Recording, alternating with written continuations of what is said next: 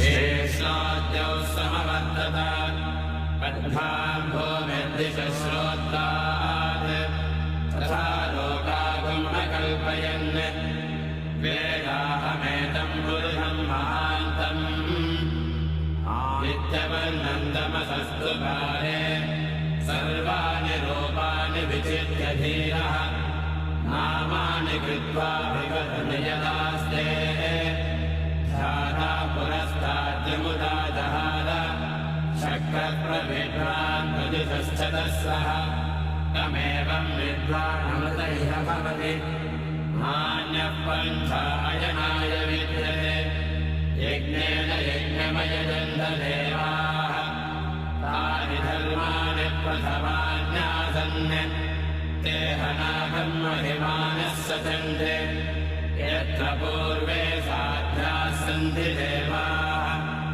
अध्रः सम्भोतः पृथिव्येरथाश्च विश्वकर्मणः समबद्धदाधि तस्य द्रष्टा विदधद्रूपमेति तत्पुरुषस्य विश्वमादानमग्रे वेदाहमेतं पुरुषं महान्तम् आदित्यवर्णं तमसः परस्तात् तमेवं विद्वानमृतैः भवति नान्यः पन्था विद्यते जनाय प्रजापतिश्चरति गर्भे अन्तः अजायमानो बहुधा विजायते तस्य धीराः परिजानन्ति योनिम् मरीचीनां वदमिच्छन्ति वेधसः यो देवेभ्यः यो देवानां पुरोहितः ऊर्ध्वो यो देवेभ्यो जातः नमो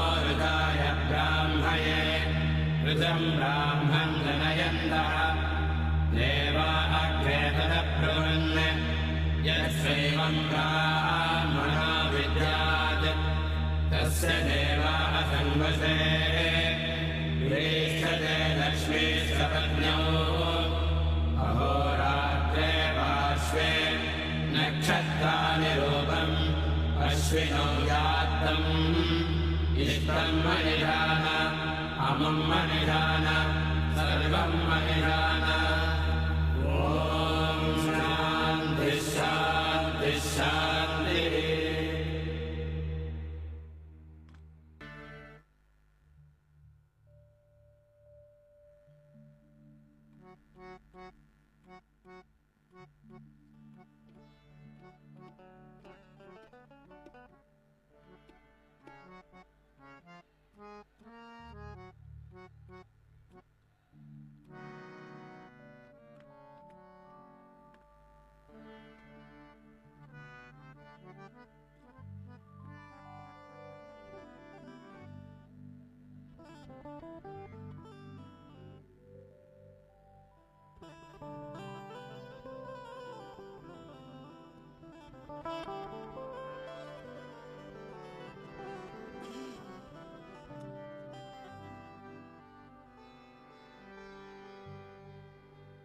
श्री हरि श्री श्री कृष्ण शरणं मम श्री कृष्ण शरणं मम श्री कृष्ण शरणं मम श्री कृष्ण शरणं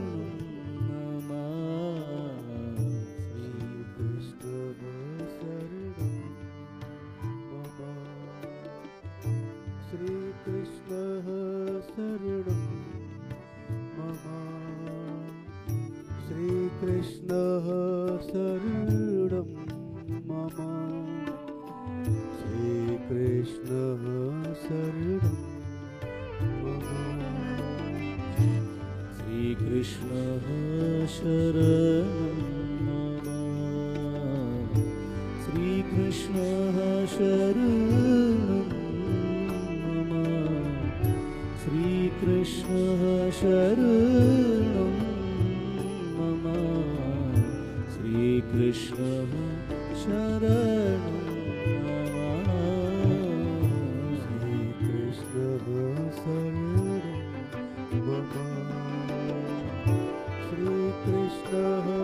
शरणं मम श्रीकृष्णः शरणं मम श्रीकृष्णः शरणं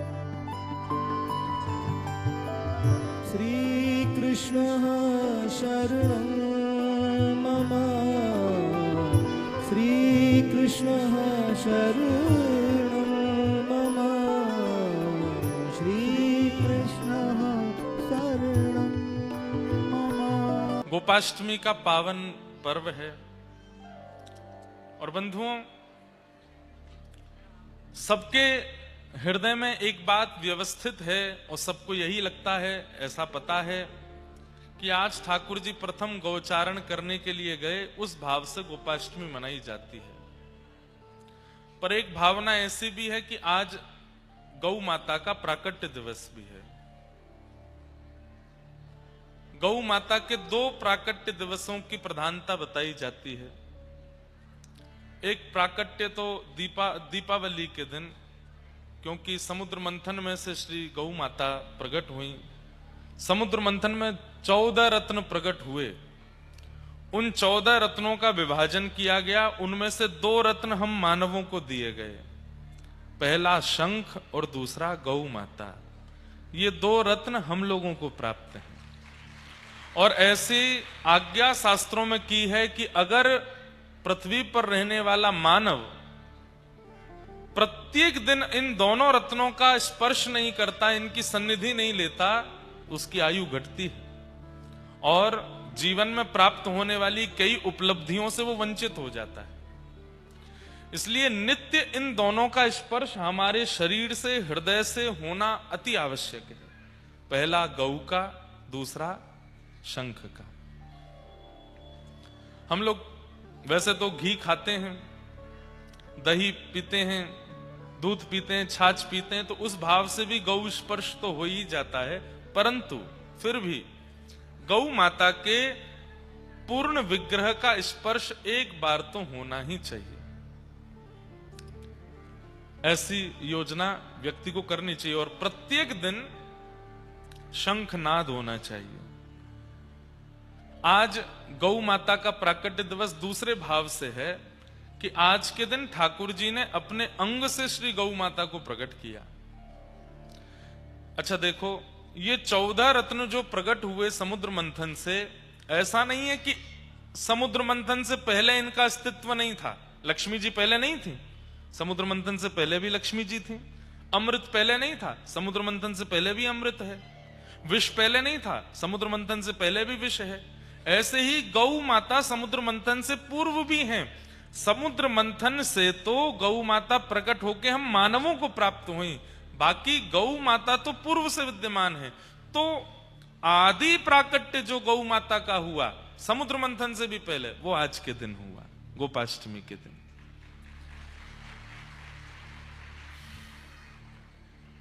ठाकुर जी के श्री अंग से 3 प्रकट हुए हैं, 3 भाव। पहला अग्नि, दूसरा विप्र ब्राह्मण और तीसरा गौ माता। ये तीनों ठाकुर जी के श्री अंग से प्रकट हैं। इसलिए संत जन हाथ जोड़ जोड़ करके, रो रो करके आपसे प्रार्थना करते हैं कि गौ सेवा में आगे आइए, गौ रक्षक बनिए, गौ सेवक बनिए। आज रक्षक तो बन जाते हैं, सेवक नहीं बन पाते। गैया की रक्षा की भावना तो लोगों के मन में आ जाती है कि भाई गौ रक्षा होनी चाहिए, गैया बचनी चाहिए, पर सेवक नहीं बन पाते। घर में अन्य अन्य प्रजाति के जानवरों को रखने की सामर्थ्य हमारे पास हो जाती है, पर जो आंगन में डोलनी चाहिए, जो मंदिर में बैठनी चाहिए, जिसका स्थान हमारे कमरे तक भी होना चाहिए, उसको हमने एक दूर बाड़े में रख दिया, गौ माता।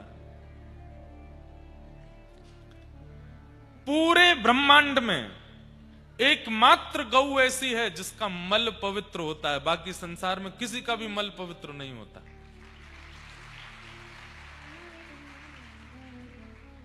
कोई विश्व सुंदर विजेता, विश्व सुंदरी विजेता भी हो जाए, वो भी घृणा की पात्र होती हैं, वो भी घृणा के पात्र हो जाते हैं।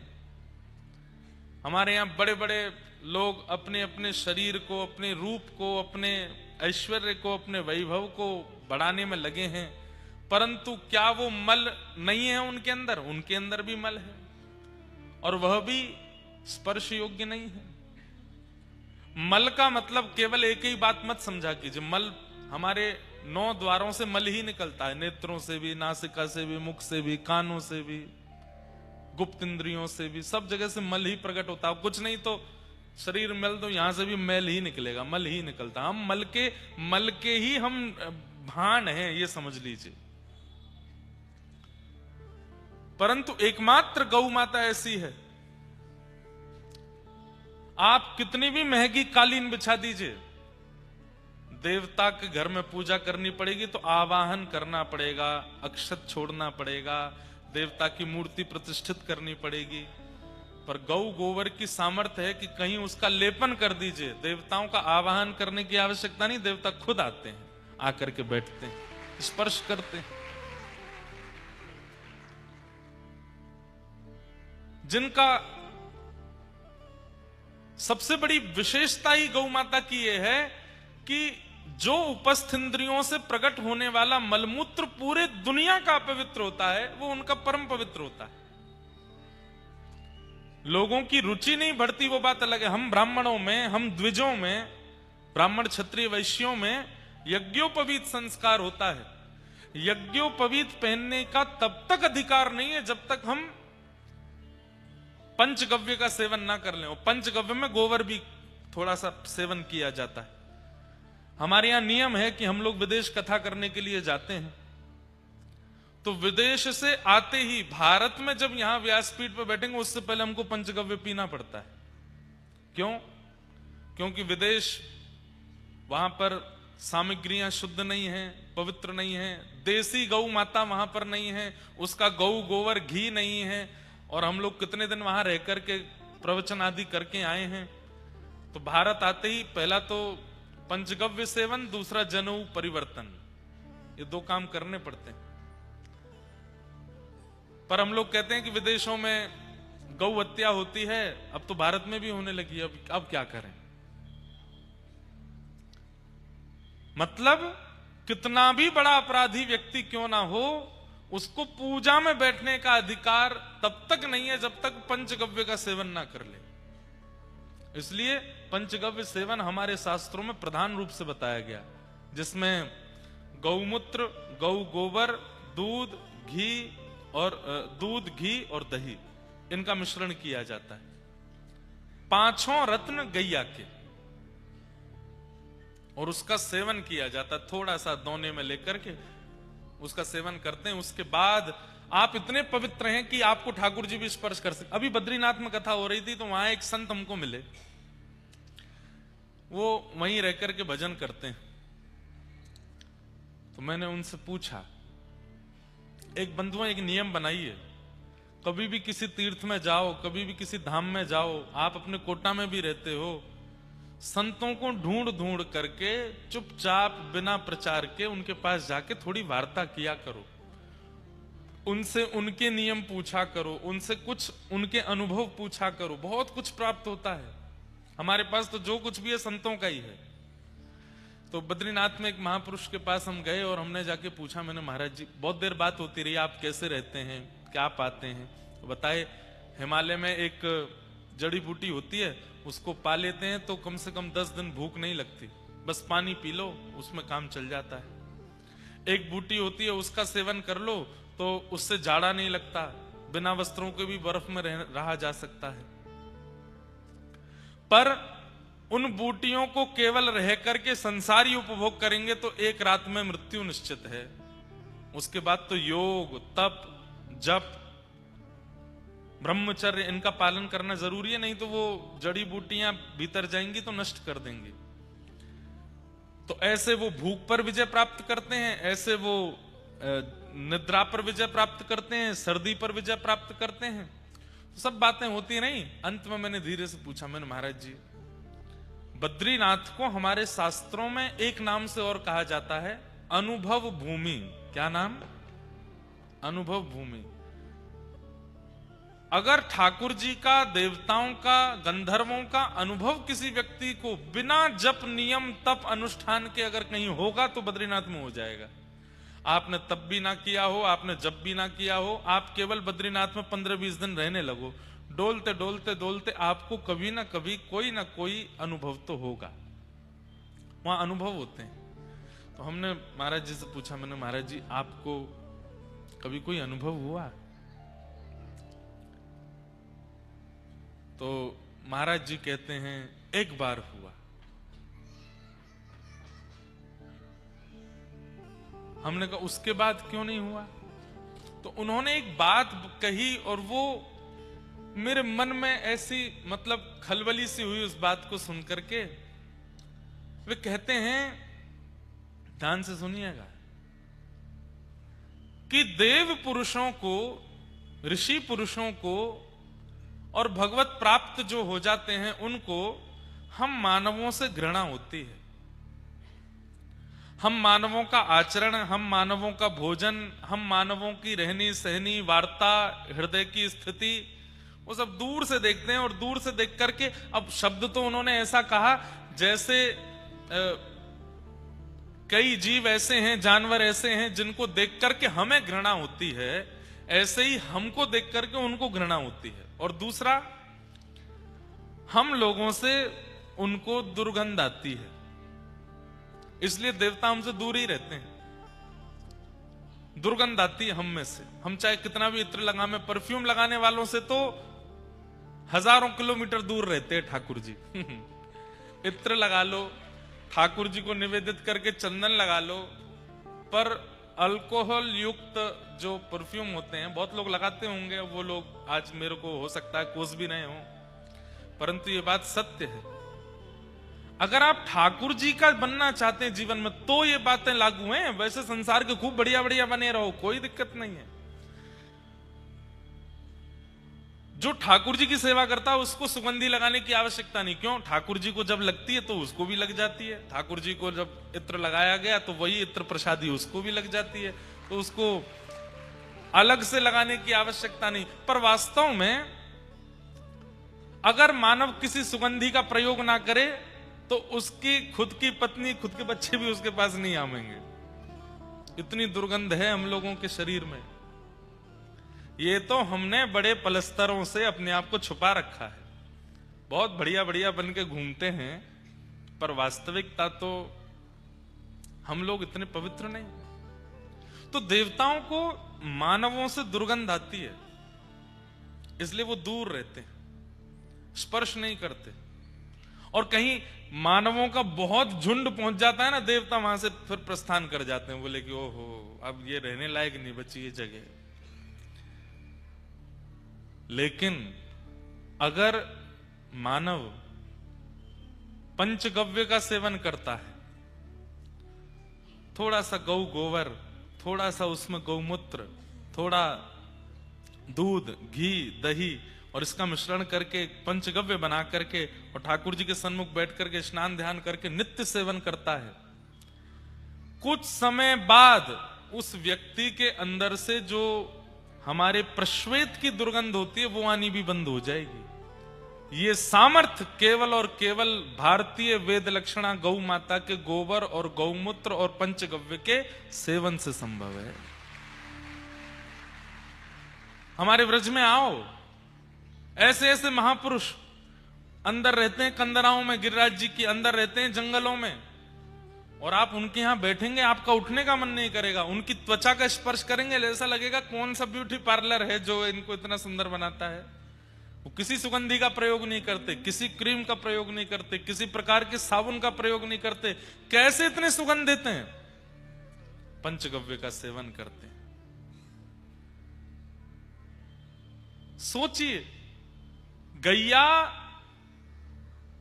जानवर नहीं है, गैया मैया भी है, लेकिन उससे भी पहले गैया वैद्य है। गाय वैद्य है, एकमात्र ऐसा जीव है इस संसार में जो ऑक्सीजन लेती है और ऑक्सीजन ही देती है, कार्बन डाइऑक्साइड नहीं आता गैया से। 1 किलो घी का अगर हवन कर दे व्यक्ति तो उससे भी ओजोन लेयर और ना जाने पर्यावरण में कितनी शुद्धि हो जाती है। सब कुछ तो हमें देती है गैया, पर हमने गैया के मूल्य को नहीं समझा। गाय की ऐसी स्थिति कर दी कि आज भारत में जो भी धर्म में ह्रास हो रहा है, परिवारों में ह्रास हो रहा है। कल यहां के सब हमारे संघ के प्रांत प्रचारक गण और आदि सब लोग आए थे। ये लोग इतना परिश्रम कर रहे हैं, घर घर जाकर के लोगों को चेता रहे हैं, हिंदुत्व के बारे में बता रहे हैं, कुटुंब संवर्धन सबके विषय में कह रहे हैं। ये सब आवश्यक नहीं था हमारे लिए, क्यों होने लगा? क्योंकि भगवान के द्वारा प्रदत्त की गई सबसे पहली निधि गैया का हमने अपमान किया। गाय की हमने स्थिति नहीं जानी। उनसे ज्यादा योग्य उन जीवों को मान लिया जो मांसाहारी हैं, उन जीवों को मान लिया जो एक जगह विष्ठा कर लेते हैं तो वहां पर 100 बार ब्राह्मण जाकर के यज्ञ करेगा तब वो स्थान पवित्र होता है। उनको तो हम अपने बेड पे सुलाते हैं। और मैं बहुत बोलूंगा तो कई कथा मेरी सुनने वाले लोग भी और कराने वाले लोग भी, लेकिन मुझे इससे चिंता क्यों होनी चाहिए? 28 प्रकार का एक नरक है, उस नरक में जाना पड़ता है उस जीव को इतना ज्यादा अपने समीप रखने से। प्रेम करो, सबको प्रेम करो, पर घर में स्थान केवल गाय को दिया जा सकता और किसी को नहीं।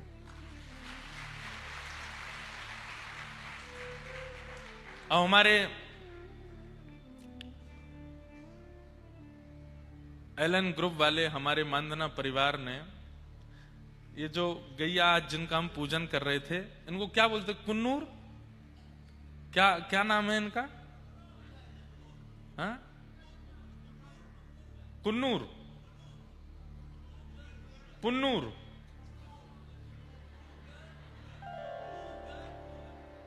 गुन्नूर अच्छा, पुगनूर, वाह। हाँ, नाम गंगा यमुना है, पर ये तिरुपति जी की गैया हैं।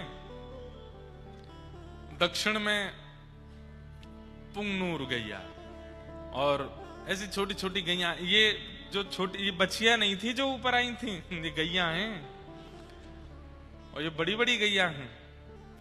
इन्हीं का दूध सेवन करते हैं हमारे वेंकटेश भगवान। दक्षिण भारत में ठाकुर जी की सेवा होती। देखो कैसे देख रही कैमरा में, फोटो खींच ले मेरो बोल अब नहीं देख रही। बगल में नंदी महाराज है, बोले मैं खिंचा लूं एक तो कैसी छोटी छोटी गैया हैं, और इनके बछड़ा बछिया होते होंगे वो और छोटे छोटे। कितना हृदय भर आता है गैया को देख करके। बंधुओं, ठाकुर जी व्रज में करते क्या है? ठाकुर जी ने माखन चोरी आदि करी केवल 3.5 वर्ष से लेकर के 6 वर्ष तक, 3 वर्ष। उसके बाद ठाकुर जी क्या किए? वहां के बाद ठाकुर जी केवल गैया चराते हैं, पूरे दिन गैयान में ही रहे, और कोई ठाकुर जी को प्रिय भाव नहीं लगता। गैया में रहनो ही ठाकुर जी को सुख लगे। श्रीनाथ जी नाथ द्वार में जो विराजमान है, सब लोग इधर देखो। आज भी श्रीनाथ जी की जो गौशाला है नाथ द्वार में, कभी जाइएगा दर्शन करके आइएगा गौशाला का, और वहां गौशाला में आप गैया देखो, कैसी बड़ी बड़ी गैया हैं। ऐसी अद्भुत गैया हमारे ख्याल से भारत में और कहीं आपको देखने को नहीं मिलेंगे। और आपको जानकर के आश्चर्य होगा, जब श्रीनाथ जी हमारे गिरिराज जी में प्रकट हुए तो कथा लगभग सबने सुनी होगी। सद्दू पाने नाम के एक ब्रजवासी रहते थे गिरिराज जी में। उनकी बहुत सारी गैया थी, उनमें से एक गैया ऐसी थी उसके दुग्ध में सुगंधी आती थी, और वो गाय सद्दू पाने को अति प्रिय। और यही होता था, उसके जन्म लेने वाली बछिया के दूध में भी सुगंधी आती थी। तो कई लोग तो अपने घर में पूजन आदि करते तो सद्दू पानी से जाकर के दूध लेकर के आते वही गैया को, क्योंकि सुगंधित दूध है, वहां से ठाकुर जी को अभिषेक करेंगे। एक समय आया वो गैया चरवे के काजे वन में जावे, गिरिराज जी पे जावे और लौट के आवे तो वहां के दूध नहीं।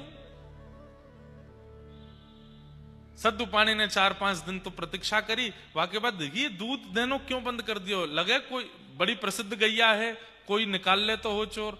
तो ऊपर जाके देखा तो वो गैया एक विशेष स्थान पर जाती हैं और अपने चारों थनों से दूध प्रवाह कर देती हैं। जब वहां जाकर के देखा उस गड्ढे में तो श्रीनाथ जी की भुजा निकली हुई है। कुछ समय बाद जब श्री जी बाबा प्रकट भये गिरिराज जी से, तो कहते हैं अनेक वर्षों तक श्रीनाथ जी ने अन्न सेवन नहीं किया, रसोई की सामग्री नहीं पाई। श्रीनाथ जी केवल दूध पीते हैं, पे पी करके रहते हैं। और सद्दू पाने से कह दई, बोले अरे सद्दू पाने, जे तेरे गैयान के कुल में जो सुगंधित दूध देवे वाली गैया है ना, ये पता कौन है? बोले कौन है? बोले हमारे नंद बाबा की 9 लाख गैयान में से एक गैया की वंशधर है, वही को वंशज चलो आ रहा है। या हमारे में तेरी गैया को दूध ना पीऊं, ये तो मेरी गैया है। सोचिए सद्दू पाने के ऊपर श्रीनाथ जी की कृपा क्यों हो गई?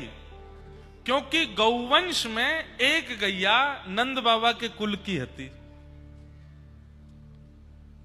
जो लोग अपने घर गौ सेवा करें, क्या पता कौन किस वंश से है, कौन सी कोई व्रज के वंश की कोई गैया हो, कहा पता नंद बाबा के वंश की गैया आपके घर आ जाए और वह गैया के दूध के लोभ में ही ठाकुर जी आ जाए। हमारा साधन तो नहीं है कि हम ठाकुर जी को प्रकट कर सकें, पर गैया को दूध तो प्रकट कर ही देखो, श्रीनाथ जी प्रकट है के।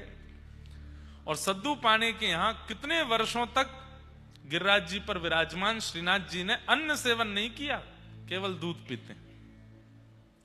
फिर जब श्रीमन महाप्रभु वल्लभाचार्य जी महाराज व्रज पधारे, तब श्री जी बाबा ने पहली बार अन्न आरोगा और तब अन्नकूट 56 भोग तब लगाए गए, तब से ठाकुर जी प्रसाद पान लगे। लेकिन ठाकुर जी ने आज बंधुओं मंदिरों में भी अब इतनी सामग्री बनती है, इतनी देसी गैया ही नहीं है कि इतना घी वहां पहुंचाया जा सके, तो फिर अन्य घी पहुंचाने पड़ते हैं। कभी कभी हमें लगता है कि हम मानवों ने ठाकुर जी के द्वारा प्रकट की गई, प्रदत्त की गई निधियों को ही नष्ट कर दिया, तो ठाकुर जी हमसे उदास बैठे हैं।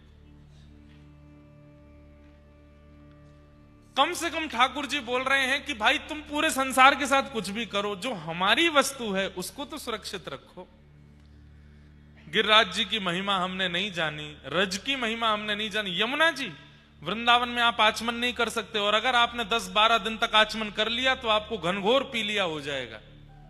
ये वृंदावन की यमुना जी की स्थिति है।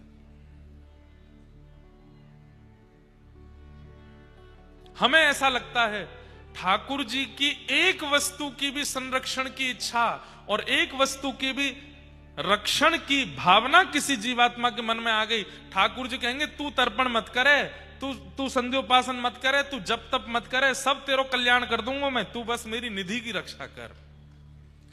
गौ सेवा करने वाले गौ रक्षकों को, गौ सेवकों को पिंडदान आदि करने की वो तो विधि है, करना ही चाहिए, विधि से तो करो। पर हमें ऐसा लगता है कि जब वो गौ रक्षा गौ सेवा का संकल्प लेते हैं ना, ठाकुर जी कहें तेरे सबरे पितृ मुक्त है गए, तेरे आगे आने वाली सबरी पीढ़ी मुक्त है गई, और तू तो मुक्त है ही गए हो, क्योंकि तेने मेरी निधि की रक्षा करी है। आज गोपाष्टमी है, आज गैया का प्राकट्य हुआ ठाकुर जी से, और गैया से प्रकट हुआ गोलोक धाम, जो कि ठाकुर जी का नित्य धाम है। जैसे वैकुंठ, साकेत और गोलोक, गोलोक का प्रादुर्भाव कहां से हुआ? गैया से हुआ। ऐसी गौ माता कृपा कर रही हैं। आज गोपाष्टमी है, कल भी गोपाष्टमी है। ठाकुर जी का मधुर श्रृंगार करो, गैयान की जाकर के सेवा करो, खूब आरती करो, वंदन करो, और बंधुओं गैया में ही गोपाल जी देखो और उसी भावना से गैया की सेवा में लग जाओ। आप अनुभव करेंगे घर में विराजमान करके ठाकुर जी की सेवा करने का जो फल मिलता है वो केवल गैया की सेवा करने मात्र से प्राप्त हो जाएगा। ऐसी गौ माता है।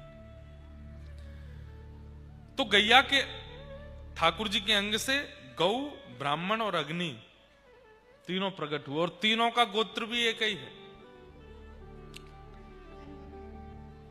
ऐसी गैया को हम प्रणाम करते हैं आज जिनका प्राकट्य हुआ है। गोपाष्टमी का दिन था, छोटे से लाला रोन लगे। मैया बोली, लाला तू काई को रो रहा है? मैया तू मुझको छोटी छोटी बछिया बछड़ाने दे दे, मैं उनको चरावे जाऊं। पर अब मेरा मन है रो कि मैं गैया चरावे जाऊंगा। अब मैं बड़ो है गो, 6 वर्ष के हो गए ठाकुर जी। इतना सुंदर वर्णन है श्रीमद् भागवत जी में ठाकुर जी की गौचारण का। ठाकुर जी रो रहे हैं।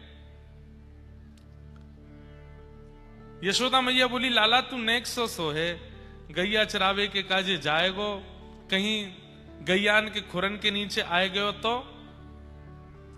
ठाकुर जी बोले, नाए आऊंगो मैया, ये सबरी गैया मुझे बहुत प्रेम करें, मुंह पे नाए चढ़ेंगी, आज तुम मुझको गैया चरावे जान दे। नंद बाबा आए, आकर के देखी लाला रो रो है। ठाकुर जी से कही, बोले लाला काय को रो रो है? बाबा मैं गैया चरावे जाऊंगो, अब मैं बछड़ा बछिया ना चराऊंगो, अब मैं बड़ो है गो। बंधुओं, आज रास की कथा है। रास बिहार शरद पूर्णिमा पे हुआ गोपियों के साथ, लेकिन बाकी के पूरे वर्ष ये गौचारण जो ठाकुर जी करते हैं, ये गैयाओं के संग रास बिहार करते हैं ठाकुर जी। कभी कोई गैया पे लटक जाएंगे, कभी कोई गैया के थन को पान कर लेंगे, कभी कोई गैया को अपने हृदय से लगाएंगे, कहीं कोई गैया के ऊपर ऐसे हाथ फेरेंगे, कोई गैया के ऊपर सो जामे ठाकुर जी। गैया चल रही है, ऊपर ठाकुर जी पौड़े भये हैं, धीमे धीमे गैया भी ऐसे चले कि लाल जी गिर नहीं जाए कहीं नीचे। इतना प्रेम ठाकुर जी गैया से करें। नंद बाबा आए, बोले लाला गैया चरावे को? रुक जा, कुल पुरोहित से पहले समय तारीख निकलवा लूं, एक मुहूर्त निकलवा लूं। श्री सांडिल्य मुनि पधारे। नंद बाबा ने निवेदन कियो, हे मुनिवर, लाला जिद कर रो गैया चराऊंगो, आपने एक पत्रक देख करके बताओ कौन सी बढ़िया तिथि है, शुभ मुहूर्त निकालो। बंधुओं, उस समय पे और कोई व्यापार नहीं था, या तो खेतीबाड़ी या फिर गैया चराओ, गैया के दूध घी आदि उनको विक्रय करो, उससे ही घर चलते थे। एक प्रकार से आज बड़े बड़े बिजनेसमैन के बच्चे जब उनका बिजनेस संभालते हैं तो बहुत उनको शाबाशी देते हैं।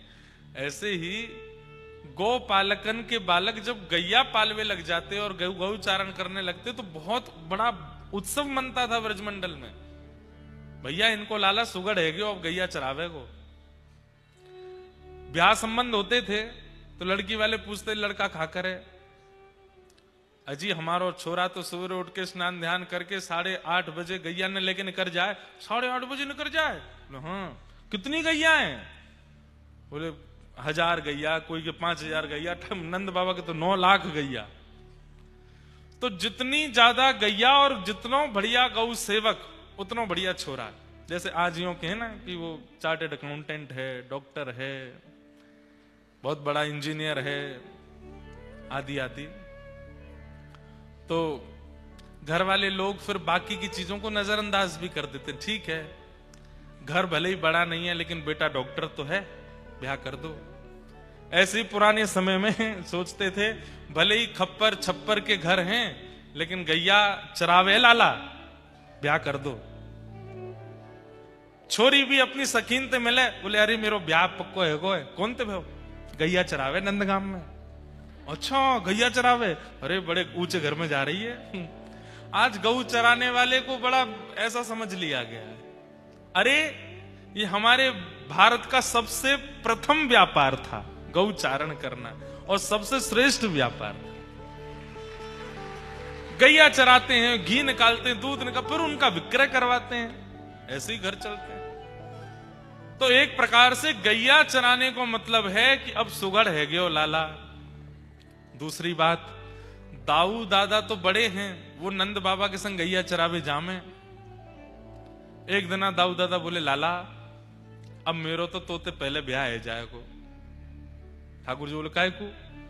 अरे तू ना जाने ब्याह करवे वाले सबसे पहले यूं ही पूछे गैया चरावे कि नहीं, मैं तो जाऊं गैया चरावे, तू तो बछड़ा बछिया चरावे, छोरी वाले आमे भी हैं तो यूं सुन के कि बछिया चरावे सो चले जाए। वही रात ठाकुर जी रोए, बोले मैं गैया चराऊंगा अब क्यों मेरो ब्याह होएगा तब। भाई दूसरे दिन सांडिल्य मुनि पधारे। नंद बाबा बोले आप पत्रक देख के बताओ, शुभ मुहूर्त निकालो, लाला गैया चरावे को। सांडिल्य मुनि बोले नंद बाबा तुम्हारो लाला तो बड़ो अद्भुत है। बोले क्यों? बोले मुहूर्त देख के ही रोवे। क्यों? बोले आज ही मुहूर्त है गैया चरावे को, आज गोपाष्टमी है। बोले ऐसा लाला है मुहूर्त देख के ही रोवे। आज गोपाष्टमी को मंगल दिन है, आज के दिन ही गैया मैया को प्रादुर्भाव भयो, तो अब लाला सो पूजन कराओ और पूजन कराए करके आज लाला को गैया चरावे भेज दो। आहा ठाकुर जी आनंद में भर गए, बोले अब हम गैया चरावेंगे। और ठाकुर जी सबसे पहले तो यशोदा मैया नंद बाबा के साथ में गौ पूजन करने गए। गैया को पूजन किया, सींग में स्वर्ण और चांदी के छोटे छोटे सींग बनवाए करके जो ऊपर के भाग है वहां पर मड़वाए, वहां पर लगवाए। पामन में सुंदर पाजेब पहनाई, जैसे माताएं पहनती हैं वैसे चारों खुरन में पाजेब पहनाई। पाजेब पहना करके फिर हल्दी, चंदन और मेहंदी, इनमें हाथ बोर बोर करके गैया के ऊपर थापे लगा करके सुंदर श्रृंगार कियो। गैया के नेत्रन के पास में सुंदर चंदन की आकृति सो काजल जैसो लगायो है ठाकुर जी ने। वाके बाद में फिर गैया के सींग के बीच में यहाँ पे पाग पहनाई, पाग पहना करके वहां में मोती जड़े हैं। सुंदर मैया ने एक साड़ी पहनाई है। ठाकुर जी खूब सारे मोर पिछ लेकर के आए और मोर पिछ लेकर के जो यहाँ पाग बांधी है वह पाग के बीच में खूब सारे मोर पिछ लगा दिए, तो ऐसे मुकुट बन गयो गैया को। इतनी सुंदर गैया को श्रृंगार भयो। फिर मैया ने सुंदर सुंदर लडुआ बनाए, सुंदर खिचड़ी बनाई, सुंदर बड़ी बड़ी रोटला बनाए, सबन को ले जा करके लाला पवा करके आवे। हर गैया के चरणन में प्रणाम करके 2-2, 3-3, 4-4 परिक्रमा लगा करके ठाकुर जी सबको वंदन करें, सबके चरणन में प्रणाम करें। गौ पूजन कियो। बंधुओं, गैया जिस समय बालक को जन्म दे रही हो, बछड़ा बछिया को जन्म दे रही हो और वो बालक पूर्ण रूपेण बाहर ना आया हो, उस समय यदि गैया की परिक्रमा कर ली जाए तो पृथ्वी परिक्रमा का फल प्राप्त होता है। क्यों? क्योंकि गैया दो मुखी हो जाती है। एक मुख तो आगे को है और जब बालक को जन्म दे तो दूसरा मुख भी प्रकट हो जाए, तो दो मुखी गैया है जाए। वह समय यदि गैया की परिक्रमा कर ली जाए तो पृथ्वी परिक्रमा का फल प्राप्त होता है। और जिस समय वो परिक्रमा हुई उसी समय, जन्म से लेके उस समय तक के समस्त पाप नष्ट हो जाते हैं गैया की परिक्रमा करते हैं। हम कहां तक बताएं, पूरे 7 दिन हमसे गैया की चर्चा सुनते जाओ। और आज जो हम व्यास बने बैठे हैं ना, हमने अपने जीवन में सबसे पहली कथा की द्वारिका में, गुजरात में। और द्वारिका में कथा करने के बाद फिर कथा नहीं हुई। कब तक कथा नहीं हुई? जुलाई में पहली कथा करी, मार्च तक कोई कथा नहीं हुई। लोग बाग जानते ही नहीं थे। पिताजी महाराज बोलते हम किसी से कहेंगे नहीं कि भाई इनकी कथा कराओ, कोई खुद कहेगा तो सुन ले। तो अब मन में ये होता कि किसको सुनाए। रोज अध्ययन करते थे, गुरुजी पढ़ाते थे, तो कभी मैया को बैठा के सुनाते, कभी बहनों को बैठा के सुनाते। और घर वाले लोग जो होते हैं वो ज्यादा घास तो डालते नहीं वो तो उठ उठ के चले जाते, बोले हाँ ठीक है ऐसे बोलते। अब मैं रोज रोज सबको कथा सुनाने बैठा हूं तो सबके किसी के कोई बोर हो गया, कोई किसी का मन भर गया, ऐसे होता। तो हमने अपने गुरुदेव से प्रार्थना की, गुरुदेव कथाएं होती नहीं है अभी और घर वाले कोई सुनते नहीं है, किसको सुनाऊं मैं? तो हमारे गुरुदेव बोले आपके पूज्य गुरुदेव पिताजी महाराज ने इतनी सुंदर गौशाला बनाई है, इतनी सारी गैया वहां हैं, वहां जाके गैयाओं को कथा सुनाए करो। और हमारा नियम सुनिए, सवेरे 3:30-4 बजे उठ जाते थे, स्नान करते, और यही भागवत जी की पोथी हमारी, इनको लेकर के हृदय से लगा के बढ़िया, जैसे बटुक ब्राह्मण होता, तब 18-19 वर्ष की आयु थी, सुबह सुबह जाते गौशाला, कोहरा पड़ रहा है, सर्दियों का समय, वहां जाकर के गैयाओं के बीच में ही एक तखत लगाते, व्यासपीठ, बढ़िया सुंदर एक अंगीठी जला लेते कोयला की, थोड़ी नेकवा में से गर्मी सी आती रहती, और सवेरे सवेरे फिर वहां गैयाओं को कथा सुनाते। 1 दिन, 2 दिन, 3 दिन, 3 दिन के अंदर तो गैयाओं को ऐसी आदत लग गई, अब तो अगर मैं 15-20 मिनट लेट रह जाऊं तो हमारे ग्वारिया बाबा फोन करते, बोले गैया रम्मा रही हैं, जल्दी आओ। अम्मा अम्मा अम्मा करके चिल्लाती, बोले व्यास जी क्यों नहीं आए अभी तक। हम जाकर के बैठते, जितनी सुबह सुबह सानी होती है गैयाओं की, तो सानी करके सब गैया बैठ जाती, ऐसे मुंह चलता रहता, झाग निकलते रहते, और कोई व्यास पीटते अपने सिर खुजा रही है, कोई ऐसे बैठी है, खूब प्रेम से वही कथा सुनाते, इतने भाव से कथा सुनती। जिस दिन घर परिवार के किसी उत्सव के कारण हमें बाहर जाना पड़ता और उस दिन कथा नहीं होती, उस दिन गैया 1-1 किलो कम दूध देती थी। बोले क्यों, आज कथा नहीं सुनी है। और जब हमने कथा सुनाई तो प्रत्येक गैया के थन में कम से कम 1-1, 2-2 लीटर दूध बढ़ गया कथा सुनने से, नित्य सुनती थी। कई बछड़ा बछियाओं के जन्म हुए कथा के बीच में, महीनों तक सुनाई, तो उनके नाम हम प्रसंगानुसार रख देते थे। एक का जन्म हुआ था जब जड़ भरत जी का प्रसंग चल रहा था, तो उसका बछड़ा का नाम जड़ भरत रखा। एक प्रसंग चल रहा था प्रहलाद जी का, तो प्रहलाद रखा। गोपियों के प्रसंग चल रहे थे तो फिर गोपी एक गैया को नाम धरो। एक श्री जी के प्रसंग में प्रकट भई तो वाको नाम श्री प्रदा रखो। ऐसे कई गैयान के नामकरण भी किए, और 2-4 गैयाओं ने कथा सुनते सुनते परम पद भी प्राप्त किया। एक गैया हमारी बड़ी वयोवृद्ध गैया, बहुत बूढ़ी है गई, और वो ही पूरी कथा सुनती सामने बैठ के। मैं वही के सामने ही मंच लगाता, क्योंकि वो हिलती डुलती ज्यादा थी नहीं, बैठी बैठी वहीं चारा पा लेती थी। तो पूरी कथा लगभग 15 दिन की कथा करी। 15 दिन में एक आवृत्ति होती थी। 7 दिन की कथा 15 दिन तक करते थे, तो 15 दिन की आवृत्ति पूरी हुई। नाम संकीर्तनम यस्य सर्व पाप प्रणाशनो प्रणामो, अंतिम श्लोक भागवत जी का बोला। उसके बाद हम व्यासपीठ से उतरे, गैया मैया को प्रणाम किया, बस घर के लिए निकले। ग्वारिया बाबा आए, बोले कि महाराज जी वो बूढ़ी वारी गैया मैया तो पधार गई। कथा सुनते सुनते परम पद भी हुआ।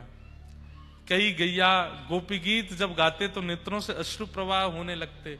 कितना कुछ अनुभव। आज उन्हीं गैयाओं की कृपा है कि इतने सब जनमानस कथा सुन रहे हैं। इसलिए भैया हमारी आपसे हाथ जोड़ के करवद्ध प्रार्थना है, वैदिक ज्ञान, सामाजिक ज्ञान, मानवीय ज्ञान कथा में हमको सुनाना पड़ेगा, तब आपको प्राप्त होगा। पर निर्वैर भाव से, स्वच्छंद भाव से और भगवत भाव से आप गौ सेवा करने लगो, अपने आप समस्त ज्ञान आपके अंदर आने लग जाएगा। इसीलिए वो गौ है। गौ मतलब ज्ञान। गौ ज्ञान को कहते हैं। भागवत जी में जो प्रथम दिन महात्म्य में कथा थी गोकर्ण, वो कहां प्रकट हुए थे? गैया सी तो प्रकट हुए। कितनी महिमा बताएं गैया की। आज ठाकुर जी तैयार भये, सुंदर गौपाग पहनी, अपने लोमना बांधे कमर पे, लोमना बांधे गले पे, और वर्णन कर रहे हैं श्री सुकाचार्य जी महाराज। तम गोरजच्छुरित कुंतल बद्धवरः वन्य प्रसून रुचिरे क्षण चारुहासम वेणुम क्वणंत मनुगैरनुगीत कीर्ति गोप्योद्रदीक्ष दृदृशो भगमन समेता। बंधुओं, गोपियां कह रही हैं आगे प्रसंग में, बोले मोर मुकुट वंशीधारी देखे, त्रिभंग लली श्याम सुंदर देखे, माखन चोर कन्हैया देखे, लेकिन जाने गौचारण करने वाले कृष्ण नहीं देखे। माने कुछ नहीं देखा अपने जीवन में। कैसा स्वरूप है? बोले गैया के गोबर और रज में लती भई रस्सी ठाकुर जी ने अपने सिर पर बांधी है, वहां में ते रज गिर रही है। तम गो रजत छुरित कुंतल वद्दवर। ठाकुर जी के प्रश्वेत के बिंदु, छोटे छोटे पसीना आ गए हैं।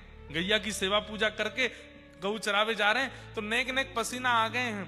अब उन पसीना में क्या है रो? तो बोले 9 लाख गैया जब चल रही हैं और सब इतनी उत्साह में, हम ठाकुर जी के बगल में आएंगे, हम ठाकुर जी के बगल में आएंगी, तो उन सबन की रज जो उड़ रही है वो ठाकुर जी सर्वांगीण अंग को स्पर्श करके जहां जहां प्रश्वेत हैं वहां वहां पर जैसे मानो चंदन की बिंदिया लगा लें, ऐसे ठाकुर जी के सुंदर सुंदर यहां पर कपोल पर पत्रावली को श्रृंगार है गयो है। आहा बंधुओं, वृंदावन में जब तक ठाकुर जी रहे सीधे खड़े नहीं हुए, न्यों ही रहे टेढ़े। क्यों? क्योंकि जैसे ही ठाकुर जी अपना एक चरण उठा के दूसरे चरण के बगल में रखे ना, तो सबरे ग्वाला यही ताड़ में रहे कि लाला अपना चरण टेढ़ो करे तो हम नीचे जाए करके सहारो बन जाएंगे। ठाकुर जी ऐसे आ जाए और यहां कोई ग्वाला आ जाए, बाप ऐसे टेक धल ले, परंतु ग्वालान को गैया आने ही ना दे। बात पहले गैया आ जाए और गैया आकर के अपनो, ये एक छवि आप लोग देखते हैं, उसमें पीछे गैया और आगे ठाकुर जी हैं। वो वास्तव में पीछे नहीं है गैया, ठाकुर जी को बगल में ऐसे टेक लगा के ठाकुर जी वंशी बजाते हैं गैया के ऊपर। वेणुम क्वणंतमनुगैरनुगीत कीर्ति। ठाकुर जी गैया पर ऐसे टेक लगा करके सुंदर वेणु का नाद करते हैं और उस वेणु का नाद सुनते ही समस्त गैया सबके आनंद की स्थिति अद्भुत हो जाती है।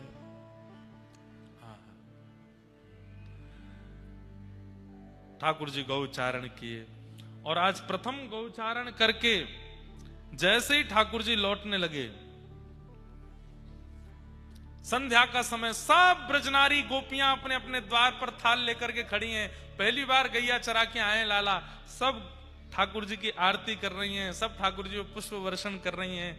गैया इतनी मानिना है रही हैं, आज इतनो भाग्य अपनो मना रही हैं। क्यों? गोपियां सब गैयाओं को हृदय लगा रही हैं, ठाकुर जी को तो लगा नहीं सकती। अरे तुम कितनी भाग्यशाली, कन्हैया तुम्हारे संग गैया चरावे गए, तुम्हारे ऊपर टेक लगा के बैठे, तुम्हारे ऊपर टेक लगा करके सोए। पूरे ब्रजमंडल में आज आनंद ही आनंद, सब नाच रहे हैं, सब गा रहे हैं।